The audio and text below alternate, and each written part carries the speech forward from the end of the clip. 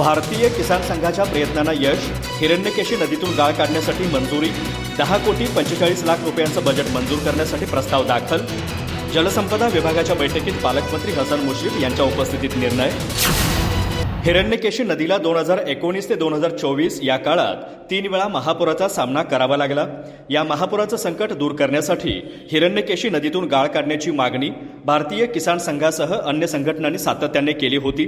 त्यांच्या या प्रयत्नांना यश आलं असून जुलै 2023 मध्ये महाराष्ट्र शासनाने नदीतून गाळ काढण्यास मंजुरी दिली आहे.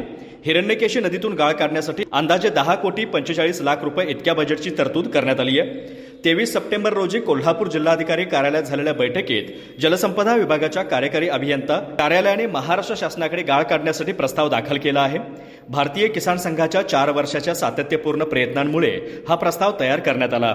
कोल्हापूर जिल्ह्याचे पालकमंत्री हसन मुश्रीफ यांच्या प्रमुख उपस्थितीत झालेल्या बैठकीत जलसंपदा विभागाचे अधिकारी आणि भारतीय किसान संघाचे गडिंग्लज तालुक्यातील पदाधिकारी कार्यकर्ते उपस्थित होते.